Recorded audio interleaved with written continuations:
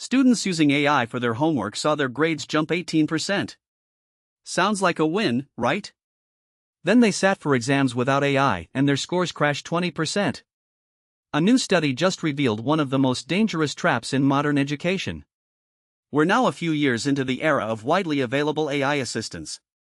ChatGPT, Claude, Gemini, these tools can solve math problems, write essays, explain complex concepts, and debug code. Schools have gone back and forth on banning them, allowing them, or trying to integrate them. But one question has been surprisingly hard to answer with data: when students use AI to do their work, are they actually learning? Or are they just getting better grades? A new study finally puts numbers to what many educators have suspected.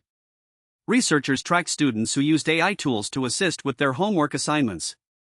The results were initially impressive. Homework scores increased by about 18% compared to students working without AI. The AI-assisted group was turning in better work, getting higher marks, and appearing to master the material faster. But then came the exams.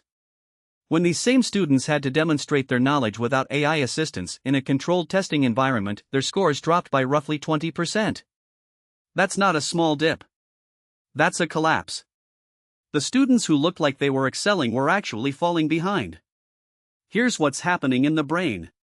Learning requires something psychologists call desirable difficulty. When you struggle with a problem, when you get it wrong, try again, and work through confusion, your brain forms stronger neural pathways. That struggle is the learning. When AI removes the struggle, it also removes the encoding process. Think of it like GPS navigation. If someone drives you to a new restaurant, you enjoy the ride. But if asked to drive there yourself next week, you have no idea how to get there. You experience the route without encoding it. AI homework assistance works the same way. The student experiences the correct answer without building the mental pathways to arrive there independently. The homework score says mastery. The brain says, I've never actually done this myself. This isn't just about school grades. This is about a generation potentially building an illusion of competence. If you use AI to write every email, you don't improve your writing. If you use AI to debug every error, you don't develop debugging intuition. If you use AI to solve every problem, you never become a problem solver. The 18% homework boost is a short-term metric that masks long-term skill erosion. And here's what makes this especially concerning: traditional feedback mechanisms are broken.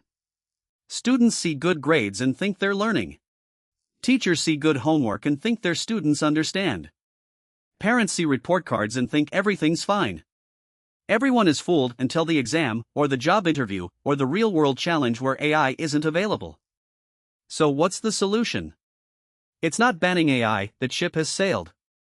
The answer is probably using AI differently. Instead of AI providing answers, it could ask better questions. Instead of solving the problem, it could identify where a student's reasoning breaks down.